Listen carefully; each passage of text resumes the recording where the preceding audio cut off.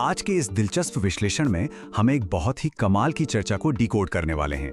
हम देखेंगे कि कैसे राहुल गांधी और दिल्ली यूनिवर्सिटी की छात्राओं के बीच हुई एक बातचीत एक लोकल कॉलेज कैंपस के मुद्दे से शुरू होकर सीधे देश के बड़े राजनीतिक दर्शन और संवैधानिक सुधारों तक पहुंच जाती है।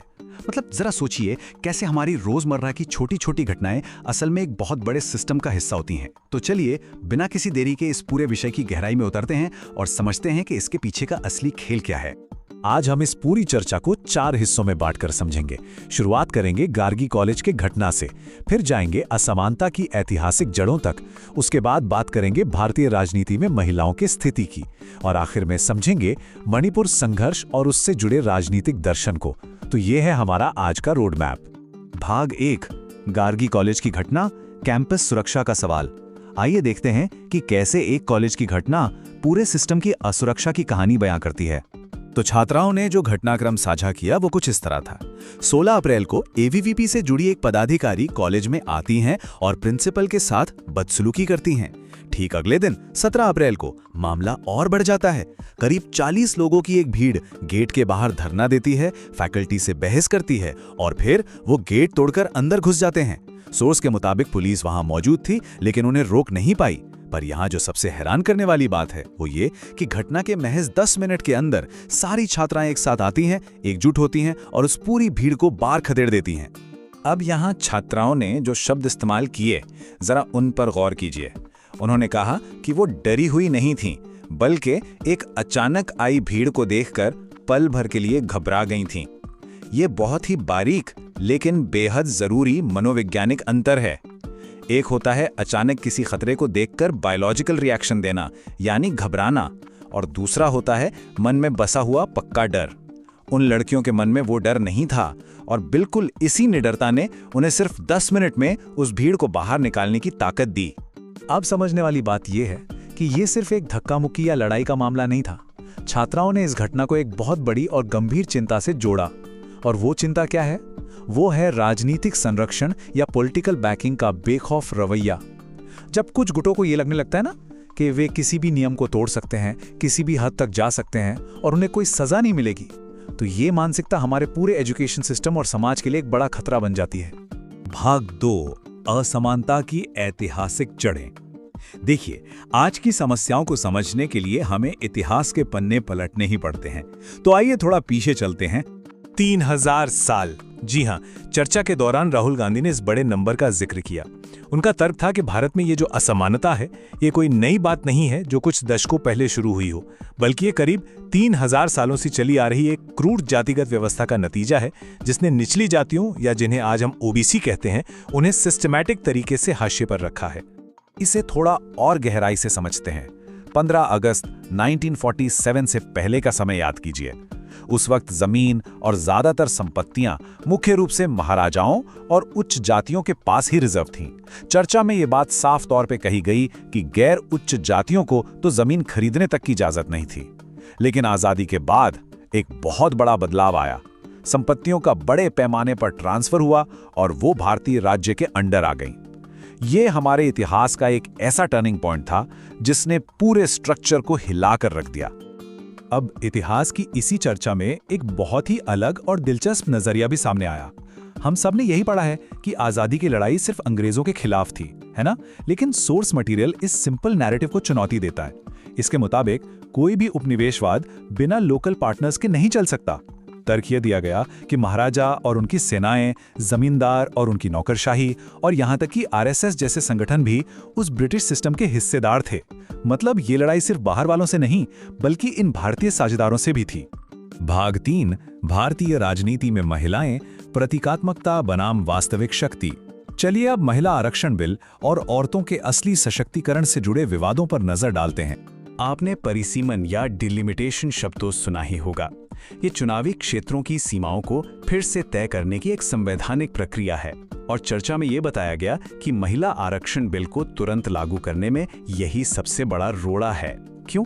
क्योंकि अगर बिना सोचे समझे सीटों की संख्या बदल दी गई तो उत्तर और दक्षिण के राज्यों के बीच एक बड़ा राजनीतिक बवाल मच सकता है। केरल या तमिलनाडु जैसे दक्षिणी राज्यों ने अपनी जनसंख्या को बहुत अच्छे से कंट्रोल किया है। अब उन्हें डर है कि इस परिसीमन के चक्कर में अच्छा काम करने के बावजूद उन्हें राजनीतिक नुकसान उठाना पड़ सकता है। महिलाओं के प्रतिनिधित्व को लेकर चर्चा में दो बिल्कुल अलग बातें निकल के आईं। पहला है टोकनिज्म या प्रतीकात्मकता। इसमें क्या होता है? महिलाओं को सिर्फ रबर स्टैंप या मोहरों की तरह इस्तेमाल किया जाता है और उनकी पहचान बस मां या बहन तक सिमट दी जाती है। यह सिर्फ दिखावा है। लेकिन असली सशक्तिकरण क्या है? राहुल गांधी और छात्राओं के मुताबिक असली पावर तब आती है जब महिलाओं की अपनी एक अलग मजबूत राजनीतिक पहचान हो और वो खुद संस्थागत शक्ति का इस्तेमाल करें। मायावती और जयललिता जैसे नेताओं का उदाहरण दिया गया। भले ही उनके तरीके विवादित रहे हों, लेकिन उन्होंने यूपी और तमिलनाडु की राजनीति को जड़ से बदल कर रख दिया। इसे कहते हैं असली पावर। तो भाई, इस दिखावे से निकलकर असली सशक्तिकरण तक कैसे पहुंचे? इसके लिए कुछ बहुत ही बुनियादी सुधारों की जरूरत बताई गई है। स्टेप 1, हमारी शिक्षा प्रणाली में महिलाओं की भूमिका के बारे में जो पढ़ाया जाता है उसे पूरी तरह से बदलना होगा। स्टेप 2, महिलाओं की आज़ादी को कंट्रोल करने वाली जो जाति व्यवस्था है उसे खत्म करना होगा। और स्टेप 3, हमारे संस्थानों के अंदर जो वैचारिक भेदभाव या बायस बैठा हुआ है उसे जड़ से उखाड़ना होगा। कुल मिलाकर सिर्फ एक बिल पास कर देने से काम नहीं चलेगा, सिस्टम को अंदर से बदलना होगा। भाग 4, मणिपुर संघर्ष और राजनीतिक दर्शन। अब हम इस विश्लेषण के सबसे बड़े और आखिरी हिस्से की तरफ बढ़ते हैं, जहां हम इन सभी सैद्धांतिक बातों को मणिपुर के मौजूदा संकट से जोड़कर देखेंगे। यहाँ राजनीति के दो बिल्कुल अलग चेहरों की बात हो रही है। एक तरफ है विभाजन की राजनीति, जिसका काम है पक्ष लेना, दुश्मन बनाना और झगड़ों को हवा देना। और दूसरी तरफ है एकता की राजनीति, जो साझा जमीन तलाशती है और समुदायों के बीच पुल बनाने का काम करती है। सोर्स में एक बहुत बड़ा दावा किया गया है कि अगर सरकार विभाजन की बजाय एकता को चुनती और भारतीय सेना को स्पष्ट निर्देश दिए जाते तो मणिपुर की उस भयानक हिंसा को महज 15 मिनट में रोका जा सकता था। ये वाकई एक बहुत गहरा दावा है। अगर हम थोड़ा और जूम आउट करें तो पता चलेगा कि इन सारे संघर्षों के पीछे असल में एक बड़ी वैचारिक लड़ाई चल रही है। ये भारत के दो अलग अलग आइडियाज की टक्कर है। एक आइडिया है जो भारत को राज्यों का संघ या यूनियन ऑफ स्टेट्स मानता है, जहां सबकी अपनी अहमियत है। और दूसरा है एक केंद्रीकृत विचार जो सब कुछ एक ही जगह से कंट्रोल करना चाहता है। चर्चा में यह थियरी दी गई कि आज की ज्यादातर परेशानियां इसी सेंट्रलाइजिंग पावर की वजह से हैं, जो कमजोर तबकों को आगे बढ़ने से रोकने की कोशिश कर रही है। इस चर्चा में एक और बड़ी बात सामने आई कि भारत आज एक दोराहे पर खड़ा है। 1990 से 2014 तक जो हमारा आर्थिक मॉडल था, जो काफी हद तक अमेरिकी पार्टनरशिप पर टिका था, वो अब फेल हो चुका है। और तो और ये जो चीजों को सेंट्रलाइज करने का मौजूदा तरीका है, वो भी कई जगह जाकर अटक रहा है। इसीलिए निष्कर्ष ये निकला कि भारत को अब एक बिल्कुल नए, समावेशी और बेहतर संस्थागत मॉडल की जरूरत है।